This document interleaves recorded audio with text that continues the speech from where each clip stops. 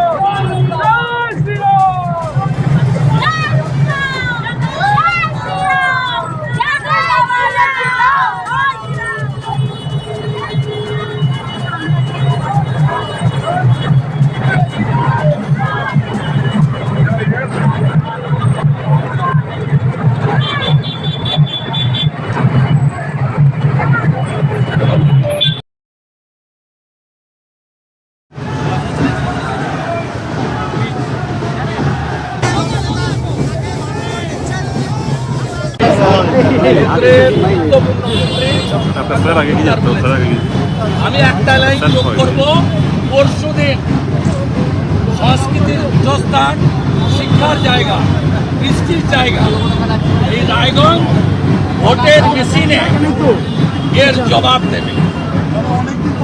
এটা কোনো আক্রমণ নয়, এটা দেউলিয়া রাজনীতির নিকৃষ্ট পরিচয় এবং এটা তৃণমূলের মতো নোংরা দলের পক্ষে সম্ভব, যারা শাহজাহানকে, হামিদুর রহমানকে, ফিরহাদ হাকিমদের প্রোটেকশন দেয়, যে ফিরহাদ হাকিম বলে ইসলাম গ্রহণ করতে হবে।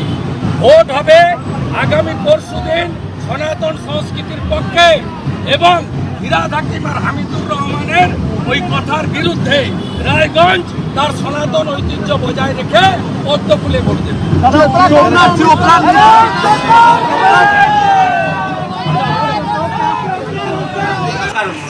পরিষ্কার বোঝা যাচ্ছে নির্যাতিতাকে ভয় দেখিয়ে, চাপ দিয়ে এই কাজ করানো হচ্ছে।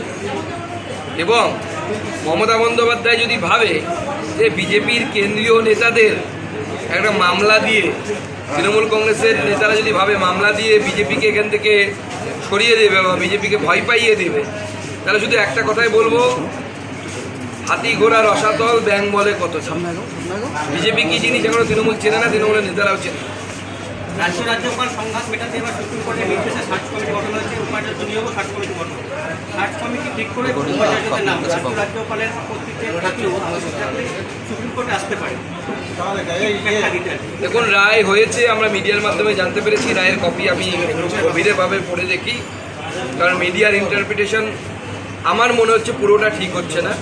আমি পুরোটা দেখি। সার্চ কমিটি অবশ্যই তৈরি হতে পারে, কিন্তু সুপ্রিম কোর্টের রায় পুরোটা না পড়ে আমার মনে হয় এই বিষয়ে মন্তব্য করা ঠিক নয়। সার্চ কমিটি তৈরি হওয়ার পর সেই সার্চ কমিটি মুখ্যমন্ত্রী এবং রাজ্যপালের কাছে নাম পাঠাবে।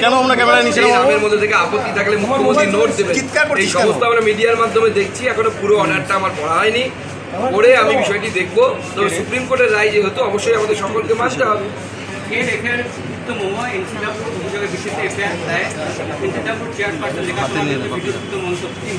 দেখুন, রেখা শর্মা ন্যাশনাল ওমেন্স কমিশনের প্রধান, তার বিরুদ্ধে মহুয়া মৈত্র যে ধরনের মন্তব্য করেছেন, এই মন্তব্য হয়তো আমেরিকার সংস্কৃতিতে খুব স্বাভাবিক, কারণ উনি বহুদিন আমেরিকায় থাকেন বলে শুনেছি।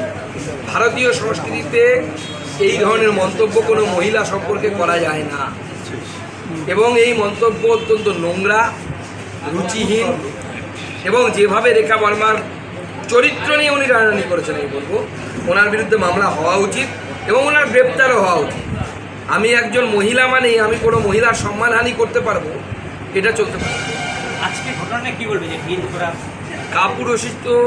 পুরুষোচিত ঘটনাটা কি ঘটেছিল? দেখুন, আমরা যেটা দেখতে পেলাম, যখন আমরা মিছিল করে আসছিলাম তখন আমাদের মিছিলের উপরে একটি ডিম ছুঁড়ে মারা হয়, কাঁচা ডিম। সেই বাড়িটা থেকে মারা হয় যে বাড়িতে কালকে সন্ধেবেলায় কৃষ্ণ কল্যাণী সেখানে একটি মিটিং ও পিকনিক করেছিল। আপনাদের কাছেও নিশ্চয়ই তথ্য থাকবে, সাংবাদিকদের কাছে। সেই বাড়ির ছাদের উপর থেকে একটি ডিম ছুঁড়ে মারা হয়। সৌভাগ্যক্রমে সেই ডিম কারো গায়ে লাগে, কিন্তু যে ধরনের আচরণ, এই ধরনের আক্রমণ বর্বরোচিত, কাপুরুষোচিত আক্রমণ। যদি ক্ষমতা থাকে সামনে এসে কথা বলো, তুমি তোমার যুক্তি বলো, আমি তোমার যুক্তি বলি। গণতন্ত্র তো যুক্তির লড়াই হয়। এই মুহূর্তে মনে রাখবেন, ভারতবর্ষের প্রধানমন্ত্রীর নাম নরেন্দ্র মোদী, তিনবার রেকর্ড করেছেন। আর তার গোটা পৃথিবীতে তার যে অ্যাকসেপ্টেন্স, আজ অব্দি ভারতবর্ষের কোনো নেতা কোনো পায়নি। তার পার্টির প্রতিনিধিরা যাচ্ছে, আর তার উপরে এই ধরনের গর্হিত অপরাধ, গর্হিত কাজ হয়েছে। এবং এটা রায়গঞ্জের কালচার না, রায়গঞ্জের কৃষ্টি না। রায়গঞ্জের কৃষ্টি অন্যরকম। এটা ভাইপো সংস্কৃতি, ভাইপো পিসি সংস্কৃতি। এই সংস্কৃতিকে রায়গঞ্জে আমদানি করার চেষ্টা করছে কৃষ্ণ কল্যাণ। গতকাল কুণাল ঘোষের বাড়িতে শোভন চট্টোপাধ্যায় গিয়েছেন, একটা যোগদানের জল্পনা বেড়েছে, কি বলবেন? তো কে তৃণমূল কংগ্রেসে যোগদান করবে না করবে আমাদের এই নিয়ে মাথা ব্যথা নেই। শোভন করবে না বৈশাখী করবে, বৈশাখী করবে না শোভন করবে, আমাদের এই নিয়ে বিন্দুমাত্র মাথা ব্যথা নেই। তাদের ঝামেলা তারা সামলা, আমরা ভালো আছি। এই বাইপোল কি এক্সপেক্ট করছেন? বাইপোলের রেজাল্ট কি এক্সপেক্ট করছেন? বিজেপি জিতবে। রায়গঞ্জে বিজেপির যে জনসমর্থন আছে, সেই জনসমর্থনের উপর ভিত্তি করে বলছে বিজেপি। সন্দেশখালী মামলায় সুপ্রিম কোর্টে ধাক্কা, কি বলবেন? সুপ্রিম কোর্টে সন্দেশখালী মামলায় রাজ্য সরকার আরেকবার গালে থাপ্পড় খেল। এই মামলার রায় যে এসেছে, এই রায় আরেকবার প্রমাণ করলো যে রাজ্য সরকার যেন তেন প্রকারে না, কোনোভাবে এই তদন্ত যেন সিবিআইয়ের হাতে না থাকে, সেই চেষ্টা রাজ্য সরকার করে যাচ্ছে। এবং সুপ্রিম কোর্ট গালে থাপ্পড় দিয়ে বুঝিয়ে দিল যে এই তদন্ত সিবিআই করবে, সিবিআই তদন্ত করবে। এবং যারা অপরাধী তাদেরকে শেখ শাহজাহান থেকে শুরু করে অন্যান্য যারা আছেন, যারা মহিলাদের ইজ্জত নিয়ে ছিনিমিনি খেলেছে, যারা তৃণমূল কংগ্রেসের হয়ে এই ধরনের কাজ করেছে, তাদের প্রত্যেককে উপযুক্ত শাস্তি দেওয়ার ব্যবস্থা সিবিআই করবে। সুকান্তদা, প্রশ্নবাস রয়েছে নিটে, মন্তব্য সুপ্রিম কোর্টে। দেখুন, সুপ্রিম কোর্ট অবজারভেশন দিয়েছে, আমরা জেনেছি। আমাদের সরকার আগেই স্পষ্ট করেছে, সুপ্রিম কোর্ট যা বলবে আমরা সেই পথ বা সেই পন্থাতে চলব। তদন্তও চলছে, বহু জায়গায় মানুষ অ্যারেস্ট হচ্ছে যারা অপরাধী। আপনারা জানেন এই ধরনের অপরাধের শাস্তিও আমরা বাড়িয়েছি। 10 বছরের সশ্রম কারাদণ্ড, 1 কোটি টাকা জরিমানা, আগে ছিল না এগুলো। এর মাধ্যমে আমাদেরকে এই সমস্যার সমাধান করতে হবে। এটা একটা সমস্যা, প্রশ্ন পাওয়ার সমস্যা বিভিন্ন রাজ্যে হয়েছে। এমনকি আমাদের বিরোধী দলের নেতৃত্বরা, সে রাহুল গান্ধী থেকে শুরু করে অন্যান্য নেতৃত্বরাও, এ রাজা থেকে শুরু করে, তারা লোকসভাতে অ্যাকসেপ্ট করেছেন যে হ্যাঁ, এই ধরনের সমস্যা গোটা ভারতবর্ষের সমস্যা। প্রশ্নবাসের ব্যক্তিটা কতদূর এবং প্রশ্নবাসে কতজন ফয়দা পেয়েছে সুপ্রিম কোর্টে তদন্ত হচ্ছে, তদন্তে সব ধরা পড়বে। তদন্তে কোনো অপরাধী ছাড়া পাবে না, এটুকু গ্যারান্টি আমরা দিচ্ছি।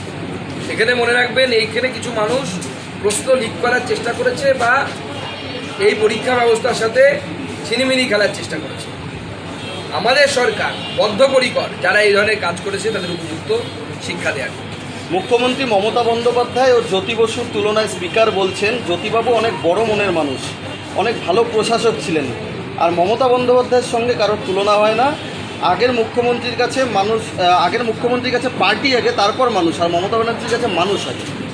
দেখুন, স্পিকার সাহেব তো আগেই পশ্চিমবঙ্গ বিধানসভাটাকে তৃণমূল কংগ্রেসের পার্টি অফিস বানিয়ে। আমরা প্রথম এই স্পিকারের আমলে, এবং আমরাও এটা অ্যাকসেপ্ট করছি যে মুখ্যমন্ত্রী সম্বন্ধে স্পিকার কী বলেছে সেটা ছেড়ে দিন। এই রকম দুর্লভ স্পিকার পশ্চিমবঙ্গে আমরা কোনোদিনও দেখিনি।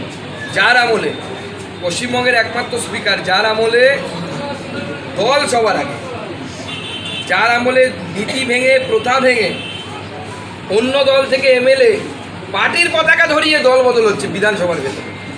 এটা আমরা ভাবতে পারি না কেউ করবে। কোনো লোকসভায় এই ধরনের ঘটনা হতে পারে না।